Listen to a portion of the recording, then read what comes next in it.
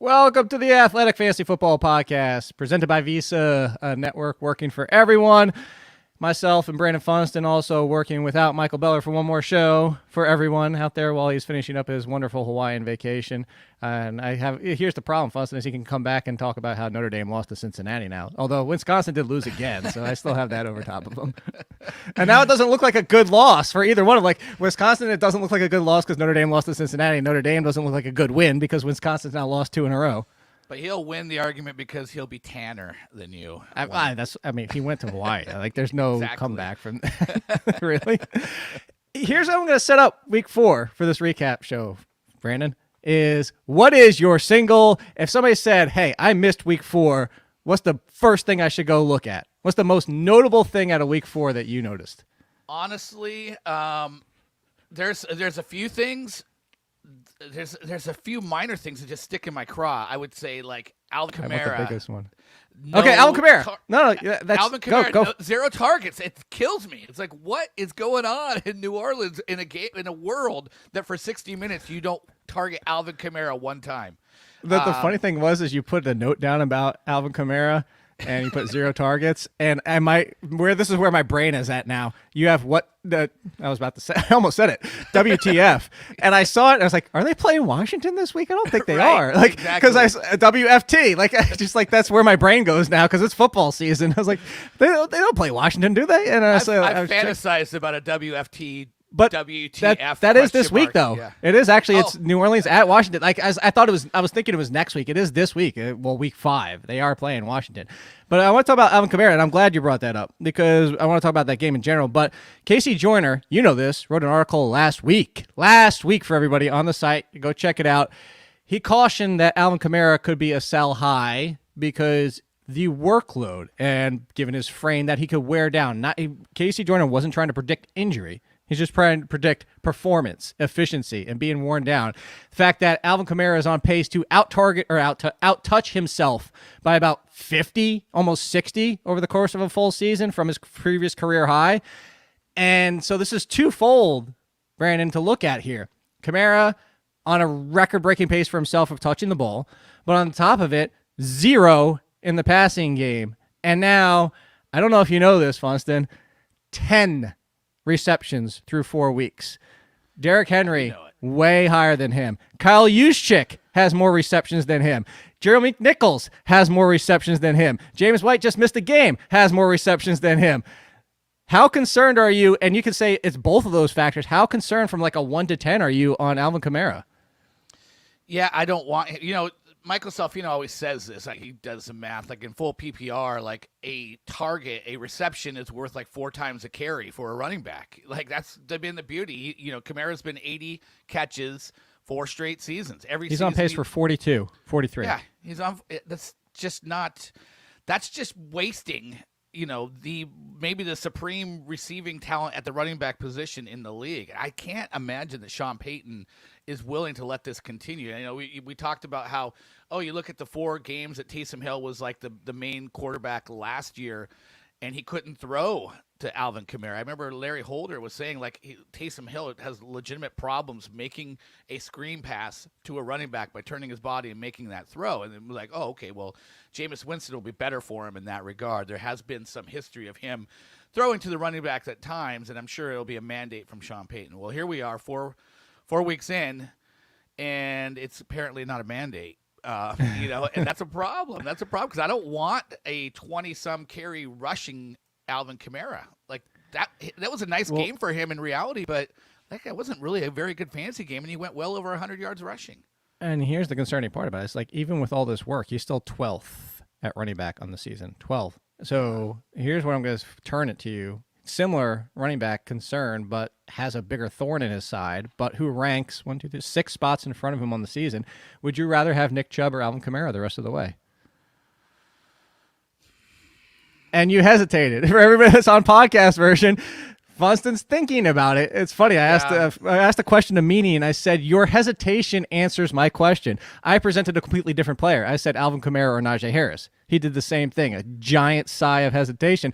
But that's my point, is Alvin Kamara is definitively not top 4 for any of us. And that's whether we want to debate, and I don't want to get into that, Brandon, because we could sit here all day and say, oh, Alvin Kamara versus Najee Harris. Let's look at this kid. Like, Alvin Kamara versus. The point is, the real takeaway is Alvin Kamara preseason was definitively top 4. It was like there's a whole nother group behind him. Now that he's in that conversation, if somebody still treats him as a top 5 running back and you can trade Alvin Kamara for Joe Mixon and a piece to improve elsewhere, or maybe it's a 2 for 2 and it's not just a free piece, but are you getting out from underneath Alvin Kamara? Because I say getting out from underneath because it feels to me like it's only potential downfall from here because the workload could get scaled back. And if it's scaled back, he's not even an RB1. The workload doesn't improve in the passing game. It never gets better. And as it is today, he's still only RB12.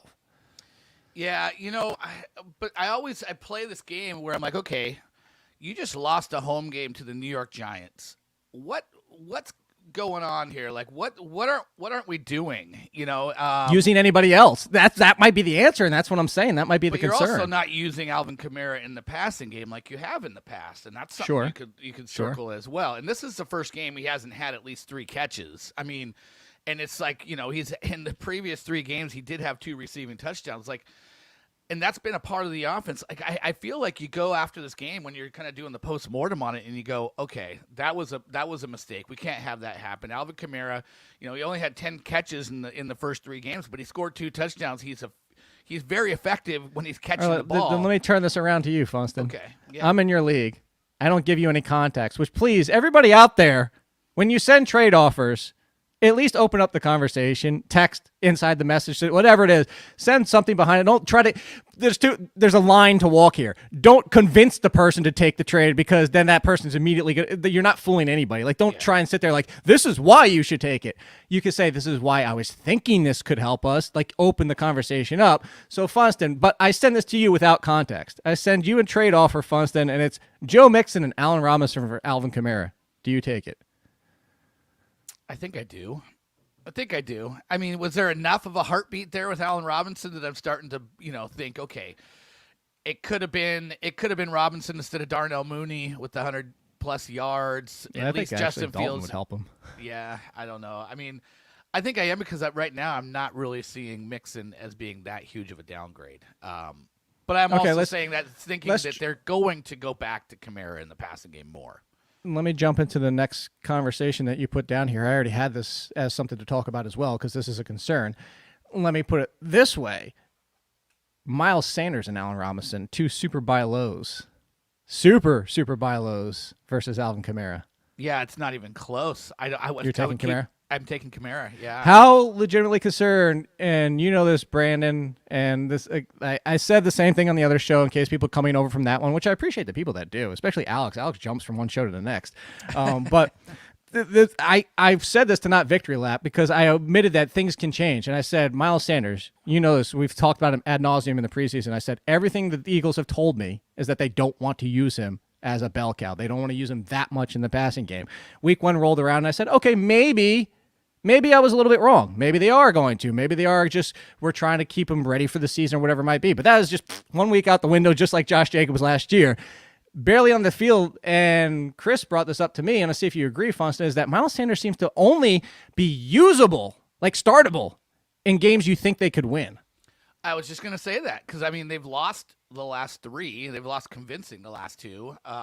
Miles Sanders, it's basically been a vanishing act. And it seems like Kenneth Gainwell gets, a little bit more run when things are getting out of hand. So, and the problem is Philly seems to be getting worse. Their injuries are mounting up. It feels like a replay of last year. And now I start to wonder, well, how often are they going to be competitive? So, yeah, I don't know that this is a buy low time for Miles Sanders. It might just be that this is kind of, the track that he's going to be on this year, and it's not going to change a whole lot. I'm seriously worried about that.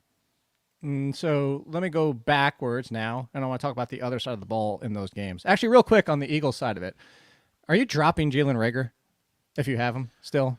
Are you giving up hope at this point? Probably because, I mean, if you're talking like your standard 12-team league, like there's so many guys right now at the wide receiver position that are attractive. Like I would rather go with the production, bird in hand. Well, I'm saying that this is good. This is good because I'm going to another game and I'll start with a player on that team, even though that's not the highest level of takeaway from that game. Let's go back to the Saints game. Would you drop Jalen Reagor for Kadarius Toney? Yeah, because listen, like, are you feeling like Jalen Reagor is at his best is winning you fantasy games week in and week out? Like I feel like this is like, why not? It's such low hanging, it's like it's such low impact right here. You might as well go with somebody who's making a positive impact in the moment instead of waiting for somebody who might help you at times, and is in a bad situation. So, yeah, Kadarius Toney in his first meaningful game, 9 targets, 84 yards, is a guy that, can do some Percy Harvin-ish stuff where sometimes he might add on some rushing stuff and they can move him around. Yeah, he's interesting to me. And, Daniel Jones. This is the year of Daniel Jones, apparently. You just want to be in Daniel Jones' orbit this year. That's what it's all about. For fantasy purposes, yeah. I mean, that's really Daniel Jones QB1. Just like, so they're part of the reason I put him in the dumpster dive article was I referenced what you just kind of alluded to, is that last year everybody was drafting him as a fringe QB1, not even so much because of his passing acumen, but because he was going to run for 500 or 600 yards. And he's a dual threat to a degree. Let's go back 10 years. The definition of dual threat is Daniel Jones. Like, he's not dual threat of the Lamar Jackson, Kyler Murray, but 10 years ago, we're like, oh my God, he's one of the best dual threats in the league. Oh, absolutely. Yeah. It's like, and he had 26 rushing yards. That's kind of becoming his floor, like chipping in a half touchdown. Yeah. And he can, when we see he can get you push 100 yards on good days, but like 26, a half touchdown going in. Take that, absolutely. So, all right. So that being said, is Kenny Golladay back? Is he finally back? It just took some time. I mean, Sterling Shepard was out, Darius Slayton was out. He was kind of forced. You got Kadarius Toney, who's a rookie, very inexperienced. Of course, Kenny Golladay is going to show up. But of course, well, not of course, but yeah. No, this is to the point that speaks well of the Giants. They went on the road against a good defense and put up production. Like that bodes well for Daniel Jones, and by the way, like Saquon again. It's I was just about to get onto that, so let me pause real quick because I'm about to come after somebody in the chat. Just so heads up. So, the Kadarius Toney thing, I'm intrigued in. The waiver column will be out tomorrow, actually tonight at midnight on The Athletic. If everybody check that out. But yeah, I say Toney. Maybe-ish. I was actually surprised Colin Johnson what got happens kicked. when all these guys are coming Colin Johnson got kicked to 5th. I was shocked. I immediately didn't think that was going to happen at all. He showed up well, and again, they got hurt in that game, but you would say, hey, he replaces Slayton. He got kicked to 5th, and John Ross is out there. Toney situation. I love John Ross. The thing that Toney, the concern, like, I like Toney until both are back. Like, if Shepard and Slayton are both back, he's just not going to play over them. But if Shepard's only back, I'm actually concerned about Shepard because they're going to push him outside, like last year. But if Slayton's back and Shepard's not, Toney just keeps his role either way. So that all being said is the Barkley value probably at its peak after the New Orleans game. Would he fetch top running back value? He didn't peak. Get the hell out of here. This is exactly what we wanted for Saquon Barkley. He's back. Like, Saquon Barkley is not a peak top 5. He's a peak top 3 running back. He is the one person that eclipsed Christian McCaffrey on a per touch or a per game basis 2 years ago, rookie seasons, but he barely outscored Christian McCaffrey on a per game basis. He is in the conversation. Christian McCaffrey, Dalvin Cook, Derrick Henry, I guess we can't even stop that you're going to use him in the passing game. Saquon Barkley, end of conversation in that tier, not peak. He's back. Like, sorry, Jiggles, but no. Ezekiel Elliott, is he in that tier? I would start. Same thing in preseason. I start him in the next tier. That was the Alvin Kamara and Ezekiel start the next group for me. Now Kamara, right? Like he was in the top group. Or no, Kamara was in a tier of his own for me. Okay. For me, preseason was Cook, McCaffrey, and Henry, and then I said Kamara on his own in an island, and then start the next group with Zeke, and then Saquon was in that group, but I said Saquon because October, 100%. I called it. Boom. I should run around the room. I should just do laps and cartwheels and stuff, like go grab Barkley, but she's sleeping over there and just looking at me because I'm yelling a lot about Barkley. She probably thinks she did something wrong. Yeah. Well, I mean, I think we all thought that it would take a little while, coming back from ACL. It's funny how, a lot of the reporting for that was right on that. We were upset with a lot of the preseason reporting on a lot of things, but there was a lot of people that were like, "You look at Saquon Barkley is not going to be full Saquon Barkley And some people were saying until October. I actually think it's been faster than I've heard a lot of people try to throw out. The last week of September. It's week 4.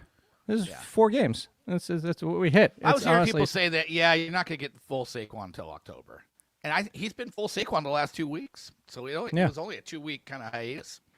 No, I saw full October. I saw some people say until 2022, like that. It's just going to be like you might get 80-90% of him for the rest of the season. And like that was. By the way, Dan Dugan. I mentioned this on the other show. I just want to keep throwing it out here because it's a shocking number even to me. Dan Dugan tweeted this out yesterday. That was Barkley's 2nd fumble of his career. Wow. That's crazy. Isn't it? Crazy. Yeah. 2nd of his career. And he said he doesn't know what happened. It just squirted out of his hands. So that's let's talk some more running backs. I thought you might go this way because the one that I think everybody has at least inside their top 3 of takeaways from week 4 is Cordarrelle effing Patterson. And I say that with like the here. I want to see if you agree. So I'm not going to go full in depth in case people are coming over from the other show as I recommended. But I said Cordarrelle Patterson. If you learn nothing else from the first 2 weeks of Rondell Moore, that's what we're doing. Yes, they find ways every single week to get him the ball. Was almost a third of the snaps. They had over 70 snaps. He was out there for 25. He can't be producing this level every single week. His touchdown rate is like 20%, Funston. What are you doing with Cordarrelle Patterson? Well, here's the problem. Like, how do you keep him off the field? Like, it wasn't like he just got like these average touchdowns. That's the same thing people said about Rondell in the first 2 games. How do we keep him off the field? Well, I said that too. I'm guilty of that. But look at the one touchdown. He high pointed the ball and didn't even bring it down to his body. He just held it up there and secured it with his hands. It was like a corner, alley-oop. The other one, he totally juked the guy. I mean, he's a weapon in the red zone. I think that's going to continue no matter what. They get in the red zone, they want Cordarrelle Patterson out there. I think he's going to be a guy that if he doesn't score a touchdown, there's going to be weeks where he's going to give you next to nothing. But James I think White. He's kind. Yeah, I think he's he's a better version of James White in terms of fantasy for sure. But the red zone role, it's just going to continue because I think he is. Yeah, I mean, first of all, because he's going to run the ball typically more than James White would. I mean, I know. Yeah, but it's about the same amount of touches. Is what I'm going with here. It's the same amount of touches, and James White's were all coming in. Like, how many catches did he have yesterday? It was like 7 or something, or 8. I mean, for Patterson. Let's see. He had 5 catches. So, yeah, he's went 5, 6, 5, and he's carried basically an average of about 7 times per week. So he's getting right around a dozen touches per week. I feel like James White's more like your and James White had 6 through the first 2 weeks. Yeah. Well, he's a better touchdown scorer than James White. No, but that's my so James White first week 6 for 49 and 4 for 12 in the game, 9.1. Second week 6, 5 for 20 in the run game. 15.5 because he scored a touchdown. Well, so I think I ranked him like RB30 this week. That's where I'm going to be most weeks, and that's like a better version of James White because James White I typically throw in like my mid-30s at RB, kind of like as a back-end RB3. So that's where I want to say. So is that fair, though? But because the reason we have James White where we had James White is because any given week could be those 7 touches for 30 yards. How is that much different? I'm generally asking, how is that much different than Cordarrelle Patterson if he doesn't score a touchdown? Because there's more touchdown upside with Cordarrelle Patterson. Like there is. Like they're looking for ways to. No, I'm not saying you're wrong to say that. I'm just curious. That's why I give him a higher bump. I'm not giving him I'm giving him like a half of a RB tier bump.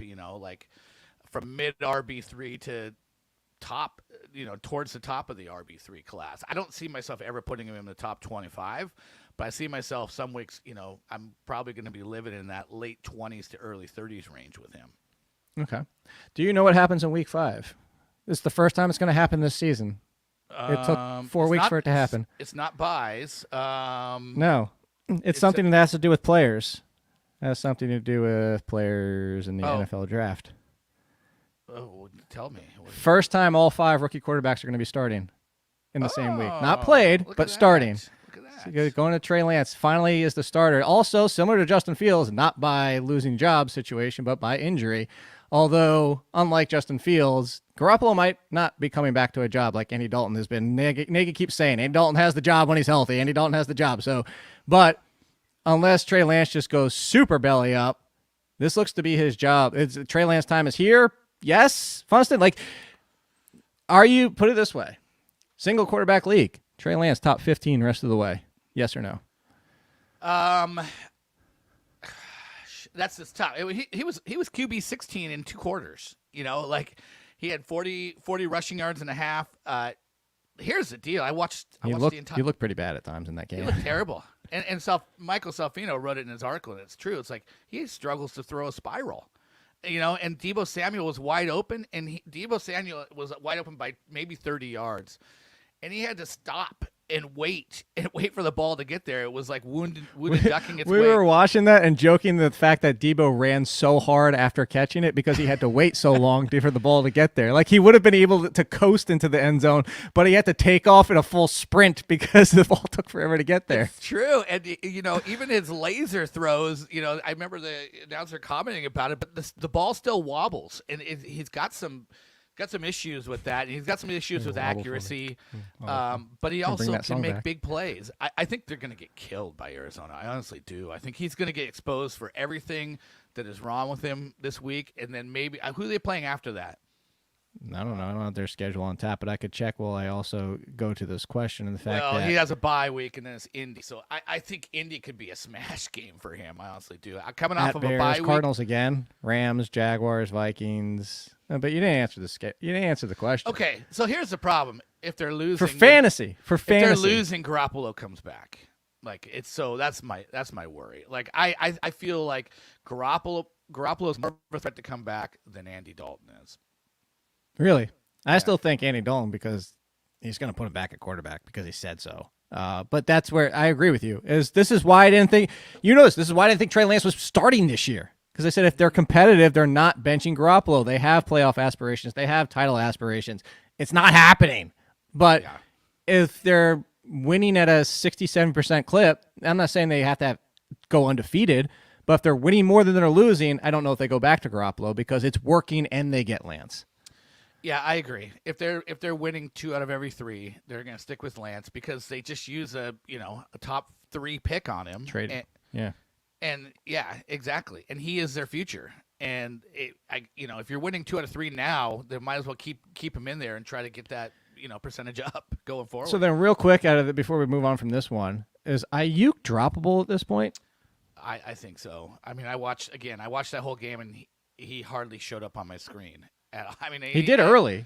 I actually thought he got hurt early because he kind of took a lick. It wasn't that bad, but he did. And then his helmet got knocked off. But he disappeared, and then it was more the fact that he just disappeared, period, because Trent Sherfield was out there a ton again. Is this Shanahan doing the running back situation with his wide receivers?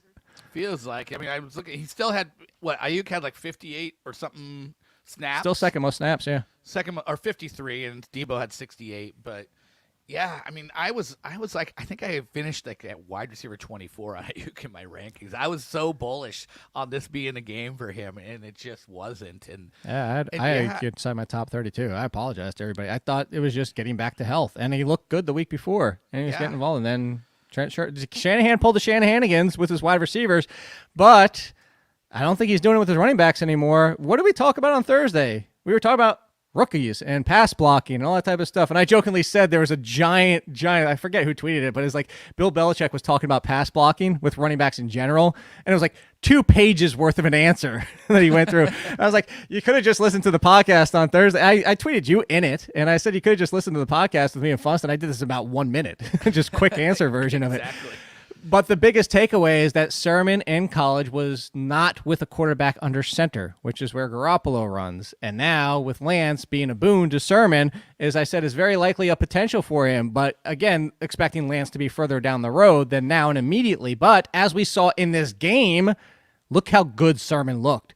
If you had to say your trust level with Shanahanigans, Funston, I'm ready to get bitten. I'm ready to have it come back and just, watch me get 2 points, but I'm 7, 8 out of 10 on Sermon as the guy. Yeah, I kind of am too. I mean, first of all, as you mentioned, just the change of style between Lance and Garoppolo. And I also felt like, even if they went back to Garoppolo, like Sermon's kind of done enough here now, and because of the injury and the health worries about Elijah Mitchell going forward, that he's at least played his way into the old school kind of Shanahan split. But I feel like he's here to stay in the sense that he's no worse than a platoon running back going forward, and we've been interested in a platoon Trey Sermon all along. Yeah. All right. A lot of Mike Davis people in here, so I want to talk about him. I know we didn't talk about him in that game. Mike Davis still over 50 snaps, still getting plenty of targets and touches because he is getting used in the passing game. Is Mike Davis he's an RB3 and I don't even know how to phrase this, Brandon, because I feel like this is what we kind of expected with Mike Davis, but it's like, is it the Cordarrelle Patterson is just because of what he's doing, it's making it look worse? Because I don't think anybody was saying, oh, Mike Davis, top 15 running back. No. I think I actually had him as high as 17 at one point, though. And I might have finished at like RB 19 going into the year. There you go. Do you start Kenneth Gainwell over Mike Davis? Let's see. Who's Philly playing? They're playing Carolina. No, I'm going Mike Davis at home against the Jets. It's a game where I can, regardless of the fact that Jets beat Tennessee, like I can imagine it's competitive. It's a little bit more of your standard. But either way, Mike Davis is getting 15 touches plus a week, or the pluses maybe is like 16. He never strays too far. That's just a very small plus. And he scored a touchdown, and I'm gonna follow that volume. For as good as Kenneth Gainwell's looked, he's still like a 9-touch guy most weeks, and it's close. It is close. I mean, there's more of a ceiling right now with Gainwell. I like Kenneth Gainwell, but yeah, I'm gonna stick with Davis. This week. So do the Eagles, obviously. Yeah. All right. So let's talk about another running back situation, which. Look, at the top, we said from day one, as soon as all the injuries happened, like, hey, Tyson Williams could be in the Myles Gaskin situation, and that he's the lead, but it's never more than like 50%. Well, we got to talk about both of these guys then. I know. Talk about Gaskin too. I was gonna pivot. Yeah, you got ahead of me there. We're gonna pivot to Myles Gaskin, and we're gonna bring in the Myles Dolphins. and Myles. That would have been fun too. We could have done a Sanders and Gaskin combo. Would you walk 500 miles? I would not. I would not. You would not come visit me. You don't love me that much. 500 miles won't even get me close to you. So. Where would that put you? Like Colorado, maybe? Gosh, that would put me like somewhere in Idaho, I think. Okay, I went a little bit further south, but anyway, so let's stick with the one for now. Tyson Williams it's not even just the 50%. We were coming out of week 3, and I think we agreed and said we would start Latavius Murray over Tyson Williams. I had Latavius Murray over Tyson Williams in the rankings, but where I said this is like I still thought Tyson was going to be involved. It's just a healthy scratch. Le'Veon Bell is active. This is the only answer. This like not Tyson Williams. Actually, Le'Veon Bell might be part of your answer here. What's your trust level that Latavius is now the guy? Is Latavius an RB2? I don't know. I mean, he's probably RB2. He might get into my RB. Mike Davis or Latavius Murray? I'll take Mike Davis. Really? Yeah, I will. See, I would take Latavius. No, I think they're going to continue to rotate in Le'Veon, and maybe he gets more and more work, and there's no passing game upside at all with Latavius Murray. Doesn't matter who's out there. Lamar Jackson doesn't throw to his running backs. I was going to say, how much passing game upside do we ever really need in Baltimore anyway? Yeah, I mean, he's going to get a touchdown every once in a while, but the yardage, when you get 100 yards from Latavius Murray, like I don't need him. When we ever get 100 yards from Mark Ingram. I don't know. I feel like Baltimore. Where's Beller to make this a $1 bet on the side? Latavius versus once every couple weeks. Latavius scores. Most weeks he gets you 60 yards and nothing. No, see, and that's why you brought up the touchdown upside of Cordarrelle Patterson. I think the touchdown upside is potentially weekly with Latavius Murray. Yeah, but I mean, Le'Veon Bell, Devonta Freeman. Okay, fine, whatever. We can argue. No. I'm saying this is why it's a discussion. The bigger thing is like you have to waive Tyson Williams. He's gone, right? Like there's there's no question. Yeah, there's no. Okay, he's super gone. But whether here's the I rank Latavius Murray 23 or 28 at running back each week is a small potatoes thing to me. Well, so are you waiving? Are you going back and walking those miles? Are you waiving Myles Gaskin? Like the Dolphins' backfield, is that completely toast? Are we done with anybody back there? Well, here's the thing. Like, I want Myles Gaskin with Tua. Like, to me, those two work well together, and things could change in this offense when Tua's back. So I'm you're benching. not trying? Why you gonna get anything for him? He's waivable. No. I said drop. I said waivable. I'm not gonna drop him. I'm gonna bench him. Would you drop for Gainwell? And I'm couching this in like 12-team league. Okay, no, that's sure. But would you drop Gaskin and go pick up Gainwell? If I'm not going to plan on starting either one of those guys, and it's just who I want on my bench, I'm going to keep Gaskin. Okay. Would you drop him for Darrell Williams after just seeing what happened with David Montgomery? No. You mean Damian Williams? No. I was saying Darrell because we know you. I know you would drop him for Damian Williams if Damian Williams was inexplicably out there. That's what I was saying. But after seeing what could potentially happen, like if something happened to Edwards-Helaire, imagine what Darrell Williams could do. So that's what I was saying. Would you drop Gaskin to go get Williams in the stash for more upside? Because you said they're on your bench. Right, but that's kind of like the Alexander Madison questions. Like, do you want the? That's why I'm asking it. I'm sticking with Gaskin over Darrell Williams. Okay. Yeah. So, but what's your take on David Montgomery? Like, how many weeks do you think he's going to be out? Couple. I'm not a doctor. I don't pretend to be one. I know. Like, I wonder if you heard anything. I haven't. It's no, we're still waiting. Inside Injury said it looks like he apparently avoided major injury, but they said yesterday it could be MCL, could be ACL, could be a sprain, it could be a partial, like whatever. So it's going to have to be a wait and see. It sounds like it's at least a few games at minimum. So yeah, that's 2-3 weeks at minimum. I don't know. I'm trying to see. I was looking for their tweet. Yeah, that's basically what they're saying. It's just you have to wait and see what the reports are. Yeah, he's having an MRI today. So today being Monday. Okay. So we'll have to see on that one. We'll talk about the rankings later in the week on Thursday, as we always do when Bellar's back. Yay! Backfield. I don't remember, Brandon. Were you in agreement with me on the James Conner, Chase Edmonds, or were you in the Chase Edmonds camp? I always gave a little lead to Chase Edmonds. But a little. You were saying they should be close. I'm trying to remember. I know some close. You were back. I wasn't doing the back-to-back thing, like but I was like, I think I was like RB 30 on Chase Edmonds and RB 36 on James Conner. Oh, so they were pretty close. Yeah, not like so you're pretty much in par in lockstep with what that was my entire argument. Well, they should essentially be back to back. Exactly the argument that was made. It's like James Conner is scoring touchdowns, which we figured. And he's the lead. He's getting the 40, 50, 60 rushing yards, very little passing game work, and he gets the touchdown opportunities. Chase Edmonds is more valuable in the passing game and continues to be so. They've both done well. James Conner is actually a top 10 running back the past 2 weeks. Wow, top 5 because he has 4 touchdowns. How bankable is this? Because I tweeted this out yesterday when I was on True Media pulling these stats.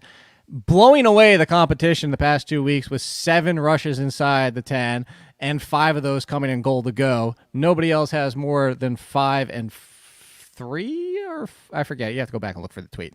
But anyway, when they get close, you are right and wrong about Kyler Murray in the same vein is the fact that Kyler Murray's still running, but the one part he's not running inside the 10 and inside the 5 as much as he used to. He's not getting 11 rushing touchdowns at this rate. So how bankable, to go back to the question, is James Conner right now? Well, to your question, it's like, these guys might end up being close to even in the backfield production for the year, but Chase Edmonds is the week-to-week safety net because he's been in every game a double-figure half PPR scorer, whereas James Conner needs these goal-to-go situations, and that's where he's been going crazy. The first 2 weeks, he didn't even get to 8 combined total points. So you're going to have more peaks and valleys. Well, that's what I'm saying. How much weight are you putting in this? Well, I'm saying that, I'm saying I'd much rather have Chase Edmonds, and that even though they are the same, I actually might view them a lot more differently right now in favor of Chase Edmonds. James Conner or Mike Davis? Mike Davis. Oh gosh, no! Give me the. I don't care. I'll take the guy attached to the top offense in the league. You'll get the guy that can score 20 or 2. Yeah, That would drive me crazy. I don't have any shares of James Conner. So James Conner or Myles Gaskin. If Myles Gaskin is your bench, and are you dropping Gaskin to go get James Conner? It's just a Washington Husky bias inside of me, but I'm sticking with Gaskin. You're not, are you? You're out on Gaskin. I can tell. I'm out on this entire backfield. I agree with you that Tua could be back, but it goes back to Tampa Bay when everybody's healthy. Gio's not in the mix now, but the point being, why is okay. Let's say Gaskin has a good game this week. Can you definitively, with confidence, say you can trust him again the week after that? No, that's why this is where that Patriots games part of the waiver article came from. You remember that, Funston? This Patriots games is like, when are you ever going to say, I'm confident in starting blank from the backfield?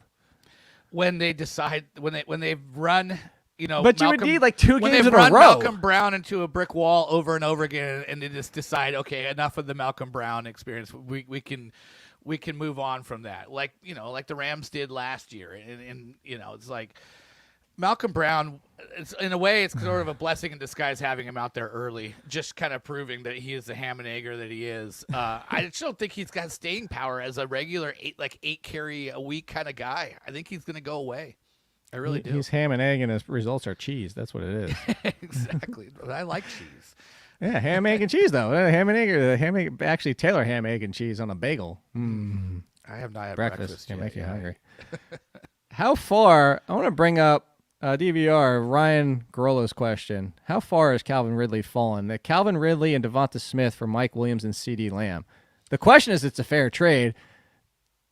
Close, but I'm easily taking Lamb and Williams in this one, despite Lamb having 2 down weeks in a row. I actually think Lamb is a terrific buy low. Oh, I think so too. Yeah, and this is a smash for me in Mike Williams and CeeDee Lamb's favor. I would sell Devonta Smith. People getting excited about that. I mean, I think he can do that again, but man, I just don't think that the Eagles are going to have consistency in that passing game at all. I mean, we've seen that play out. Devonta Smith's had a couple good games, couple bad games, gets the targets, that's fine. Air yards. He He was actually one of my buy lows this week. This year's Henry Ruggs, the rookie. No, because he's actually catching them. Well, he is sometimes. Henry Ruggs was one of the top 5 in unrealized air yards last year. They were all on the field because Derek Carr was never hitting them. I wanted to go back to this, and not to come back to the Falcons, though, but how concerned are we about Calvin Ridley at this point? Because I can't remember who tweeted it, and I was trying to find it. I was trying to look for it because somebody else said something, and then somebody came back, and it was like, I want to say it was like Rudy Gambler or somebody like that now that I was thinking about it more. But it was somebody from that site, and they were saying that Calvin Ridley's never been that great after the catch. He's been very reliant on his air yards per target. And if Matt Ryan is playing this level, which is subpar Matt Ryan, even with those 4 touchdowns yesterday, 6.6 yards per attempt or completion yesterday. I think it was attempt. So anyway, point being, he's kind of really taken a step back. How like Calvin Ridley even a wide receiver 1 right now? Well, I think the problem is he's just not finding the end zone. He's been a good end zone scorer, but no worse than 50 yards. He's been between 50 and 80 every week. I mean, I want every wide receiver.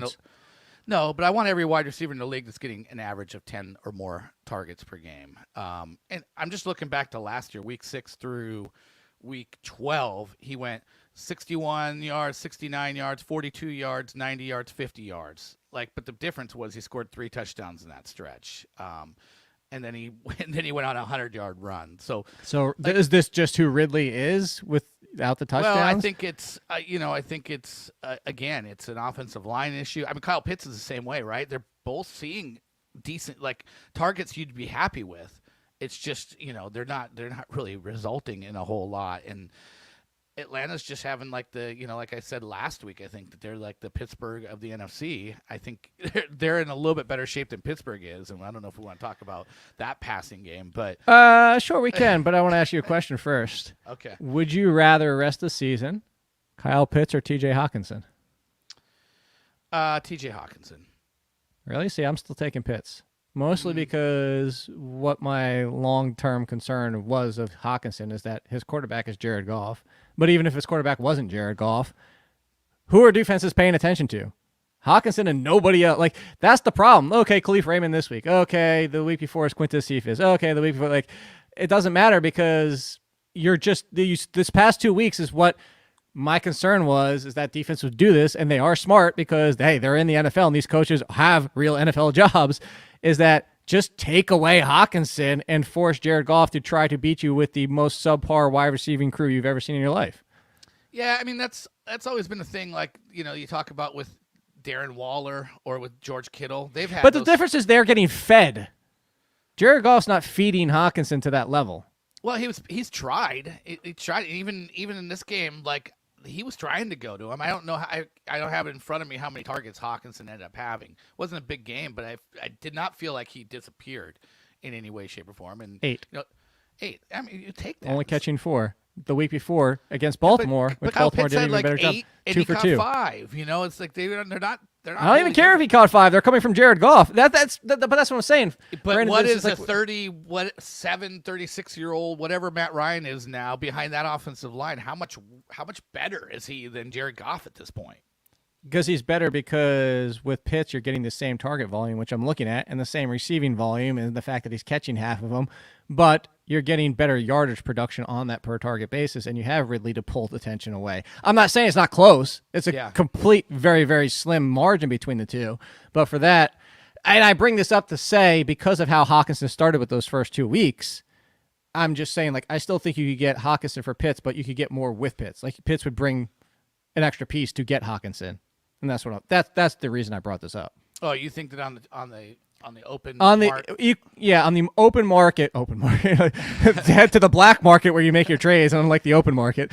On the market, that Hawkinson's going to pull more trade value than Pitts still. Okay, well, if you can get a piece with Kyle Pitts for Hawkinson, I'm on board. But I'm literally on board, thinking but I want to we're bring that talking up for about tight end 5 and tight end 6 here, or tight end 4 and tight end 5. It's like it's a good problem to have because I'm going to ask you a meaning question. I asked him. Okay. Dawson Knox or Robert Tonyan the rest of the way? Honestly, I would be okay with just streaming at if I'm that far down. But I actually think Dawson Knox is above streaming at this point.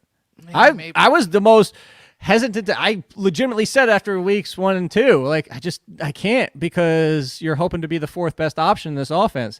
But it's an offense that continues to pass. And when they get into the red zone, what's one of Josh Allen's first looks? It's to Dawson Knox. And what do we joke about this all the time and say all you got to do is catch a 1-yard pass for a touchdown and you finish as a tight end 1 for the week.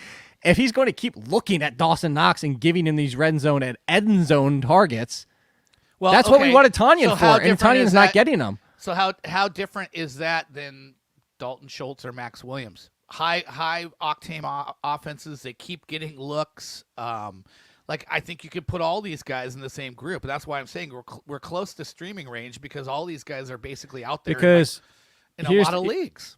Here's the difference in what I was saying, is what I just was finishing saying with that was the red zone and end zone targets. Knox is one of the leaders for his teams. Those other guys aren't.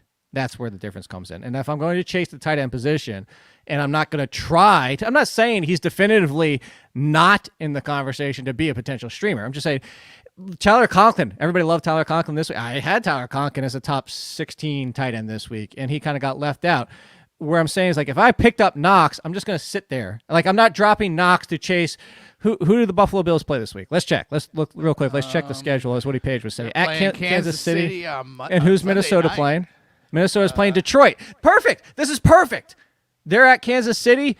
Minnesota's playing Detroit. I'm not dropping Knox to go get Conklin. That's my point. It's like, I'm holding Knox for now instead of trying to chase the production. Yeah, I'm Tanyan's at Cincinnati. I'm still holding Knox. Well, to answer your original question, yes, I would take Knox over Tonyan. But I'm just saying there's a lot of kind of emerging tight ends in this range now all of a sudden. There's a lot of guys to be interested in. And I actually think Dan Arnold only caught 2 balls, but that was like he was traded to that team 3 days earlier, and he looked really good. And I think he can be in this conversation, ultimately as well. So, I mean, they lose DJ Chark. See, I put all these guys in the next conversation. I'm going to say it. I think Dawson Knox has moved himself out of that conversation. He's the low end. I think Dawson Knox is the first guy.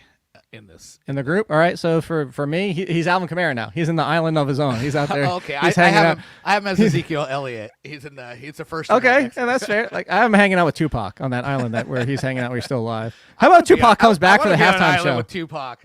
Tupac's gonna come back for the halftime show. That's what he's doing. He's waiting for at the Super Bowl. He's finally gonna pop back up.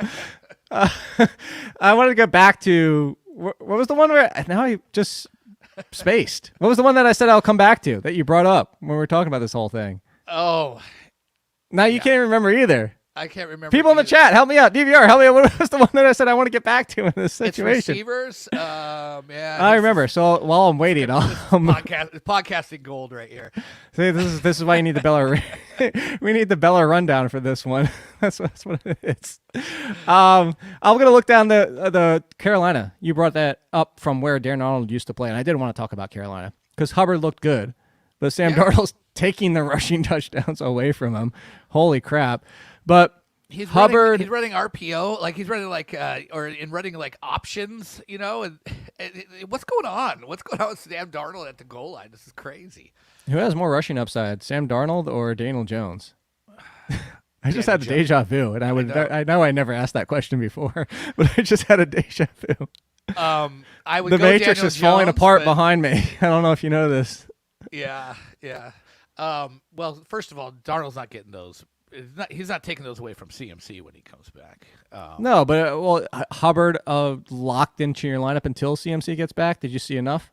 Yeah, I thought he looked great. What I was a little bit worried about, just kind of was like, are they going to make Royce Freeman more of a thing?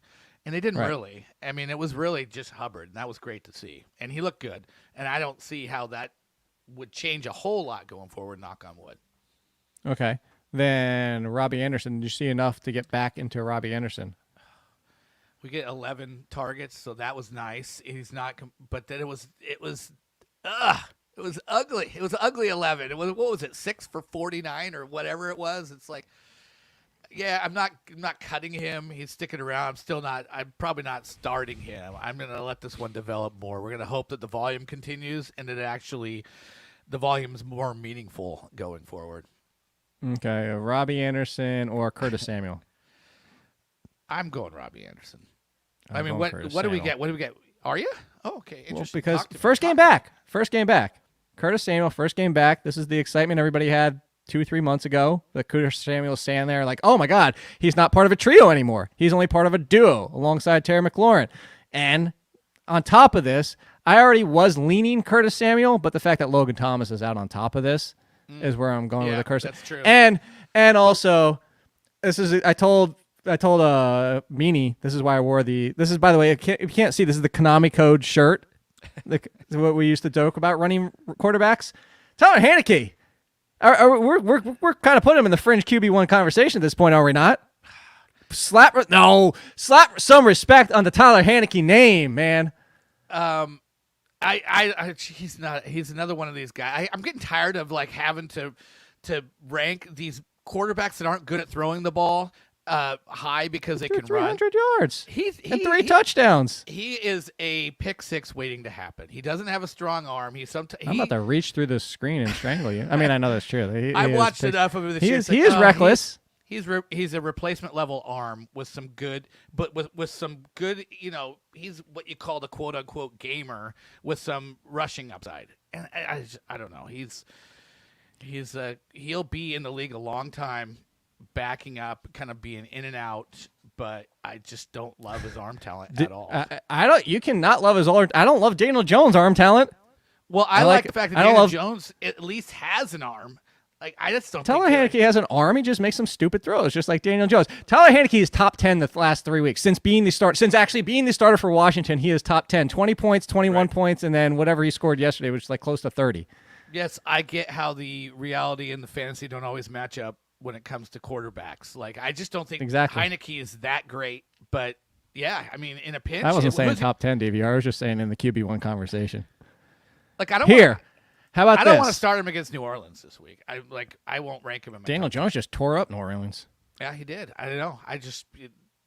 So much for that scary run defense, which I still think that's a legitimate run defense to be concerned about when I would never play Mike Davis against that run defense. Yeah, we know. But that's the testament to Saquon Barkley. All right, here. I'm gonna go Tyler Heinicke or Kirk Cousins. Cousins is going against who again? I didn't say who. I just Well, without looking. The Independent. rest of the year, I'm taking Kirk Cousins. Well, Fitzpatrick might come back, and you never know. I'm just saying, Well, independent okay, of each other. I would rather have Kirk Cousins. Okay, you're wrong. Kirk, Ryan Tannehill, or Has Tyler Kirk Cousins Heinicke. finished one The time. Kirk Tannehill Cousins been outside the QB1 class 1 year in his career. Yeah, ask all the Vegas people betting how they feel about that game yesterday. Everybody was smashing that over. Answer the question. That was like a Heinicke versus 1973 Tannehill. Super Bowl. Heinicke versus Tannehill. Tannehill. No! Yes, Tannehill had nobody to work with, and he didn't look that bad. He was actually, You know what he's had to work with the first 3 weeks? Plenty of things, and he still isn't even scoring 20 points. Tannehill's looked like garbage the first 3 games, even before losing. I thought Tannehill Julio looked Jones. fine yesterday. They didn't lose because of Tannehill yesterday. No, but they're not winning because of Tannehill. Well, that's fair. That's fair. Do you think Tyler Heinicke Heinicke has that much sway over the football team? So everybody watching on YouTube, thumbs up if you're Tyler Heinicke over Tannehill, and thumbs up if you are still Tannehill. You see what I did there? Thumbs up the damn show. That's what I'm saying. And slap some respect on Heinicke's name before we get out of here. Oh, that's who we wanted to talk about. Pittsburgh. That's who it was. That's right. Yes. Oh, my Thanks for the help, everybody. Nobody helped. I didn't it just really came want back to to me. talk about him. Why? Deontay Bay, man. Deontay Bay looks great. But the rest of this. And he actually survived a game without, Deontay apparently- Johnson, Najee Harris. Here's what I'm going to ask you, Brandon. And sorry, Alex and anybody else who heard me ask Meany. I was about to say Funston. Meany this question. But I'm asking you the same exact question. 2-part level question. Juju Smith-Schuster benchable. Juju Smith-Schuster droppable. I'm benching him. He had 8 targets still, and there was like a misfire And one busted tablet. Yeah. Well, Roethlisberger missed him on a touchdown and missed him on a 40-yarder. There was points to be had there that were left on the table, and he did get the 8 targets. And we've seen even this is the same Juju as last year. He's getting these short area targets, but for a 17-game season, that could add up to 90 catches still. So Could. Well, Let me put it this way, Brandon. If we said the jersey name was James Washington, would you feel the same way? I mean, honestly, are we just living off the past with Juju Smith-Schuster at this point? Well, track record matters, and it's the same. But how much of a track record does he have? But He basically ran like one lap. 1 year ago, what was he, 90-some catches? 2 years ago. No, it wasn't last year. It was 2 years. Last year he had 90 catches. Oh no, but last year he had 800 yards and a bunch of touchdowns. He still had a kind of a low. That's what it's. Last year was a wide receiver 3. Yeah, but that's what he is. That's what. Okay. I'm saying, No. yeah. Okay. Well, that's good. I'm glad you said that because I think that's what it is. Is that we should stop hoping for better.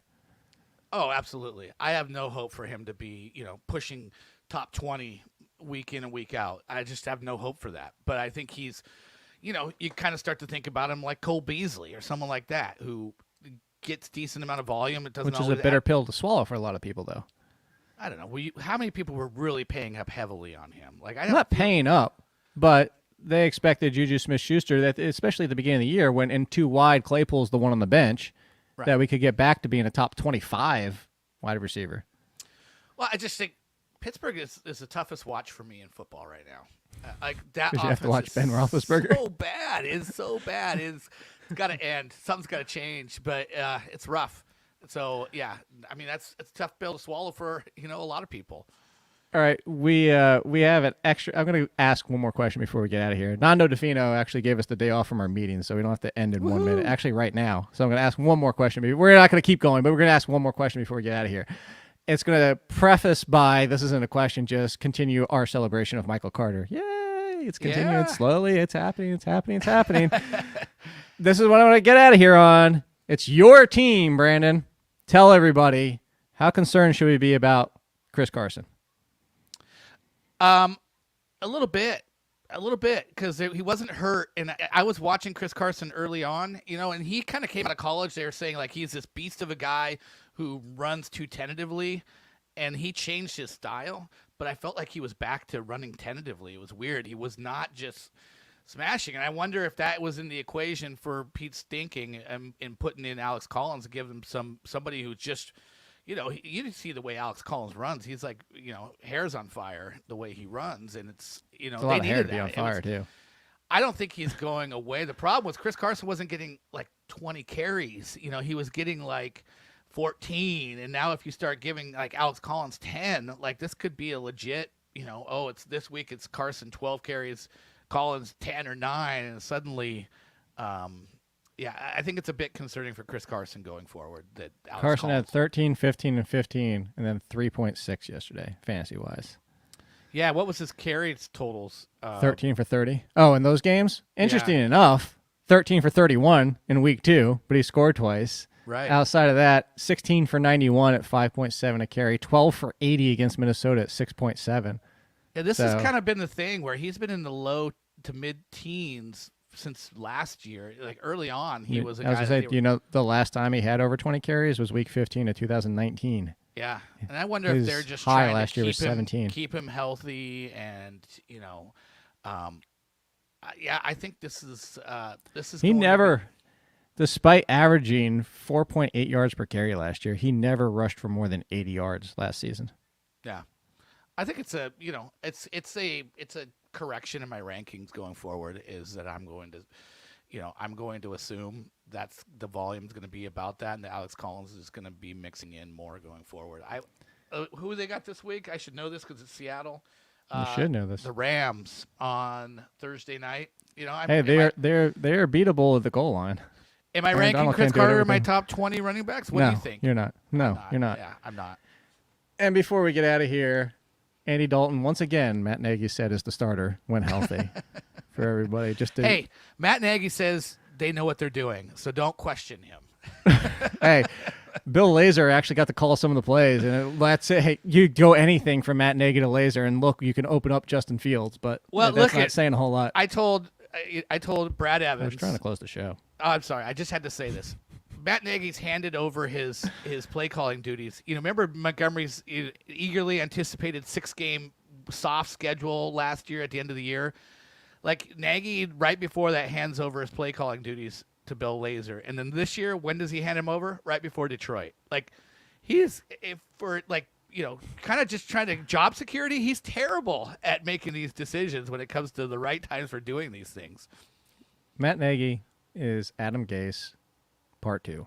I said it a million times. He is. He's just the new version 2.0. Unfortunately, that usually means you're doing better. Maybe negative 2.0. But we'll be back on Thursday. See the ranks. We'll figure all that out and whether or not. We'll find out where Funston ranks Chris Carson. I'll make sure Beller puts that on the schedule. He's coming back actually every single day. Make sure you're checking out the Athletic Fantasy Football Podcast and all the podcasting network and everything over there. He's Brandon Funston. I'm Jake Seeley. Michael Bell will be back. Thanks to DVR for filling in, producing in the background. We'll see you guys later.